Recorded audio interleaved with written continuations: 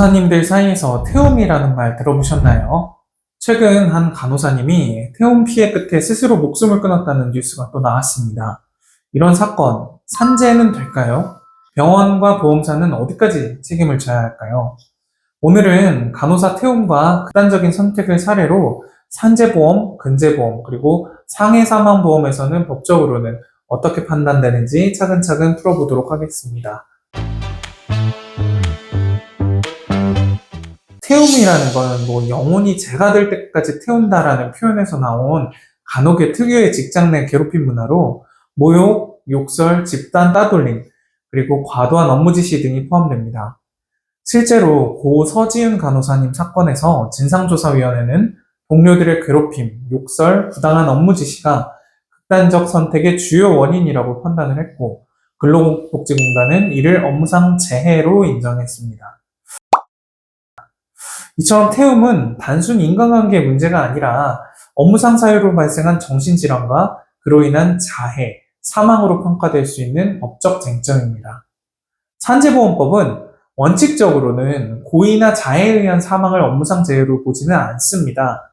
그러나 예외 규정을 두고 있는데 업무상 사유로 발생한 정신질환을 치료받던 중에 고의나 자해에 의한 사망, 이것은 업무상 재해로 인정한다라고 명시하고 있습니다.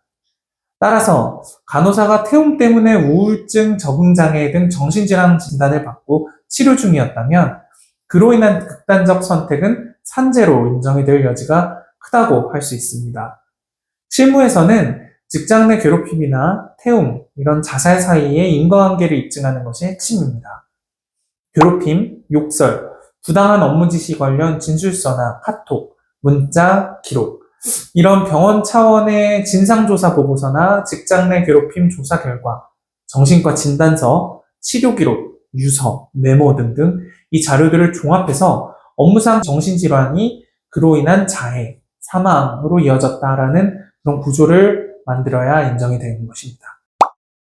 많은 분들이 산재도 받고 근제도 다 받는 거다라고 질문하시는데요.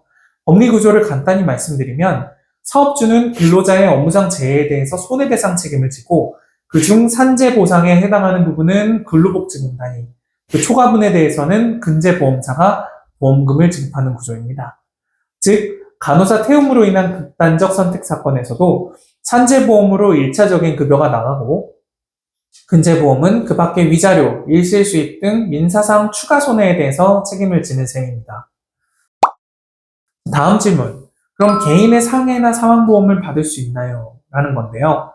대부분의 상해나 사망보험 약관은 피보험자의 고의, 자해, 자살은 보상하지 않습니다만 약관이나 판례에서 정신질환으로 인한 심신상실 또는 심신미약 상태의 자살은 예외로 보고 있습니다.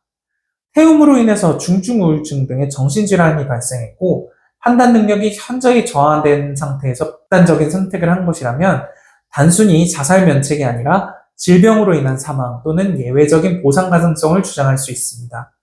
자, 그러면 첫째는 산재 인정부터 보셔야 하는데요. 태움 관련 진술, 병원 조사 결과, 정신과 진단, 치료 기록 이런 것들을 모아서 업무상 정신질환과 그로 인한 자해, 구조가 만들어져야 합니다. 두 번째, 병원의 안전배려 의무 위반 여부를 따져봐야 하는데요. 태움이나 괴롭힘을 알고도 방치한 게 있는지, 예방이나 교육이나 징계 시스템이 있었는지, 관리자들이 오히려 가해에 가담했는지에 따라서 병원의 손해배상 책임 범위가 달라집니다. 세 번째, 근제보험과의 관계를 정리해야 하는데요. 산재로 지급된 부분을 제외한 위자료, 일실수입 등을 산정해서 사업주와 근제보험사를 상대로 청구하는 그런 구조가 일반적입니다.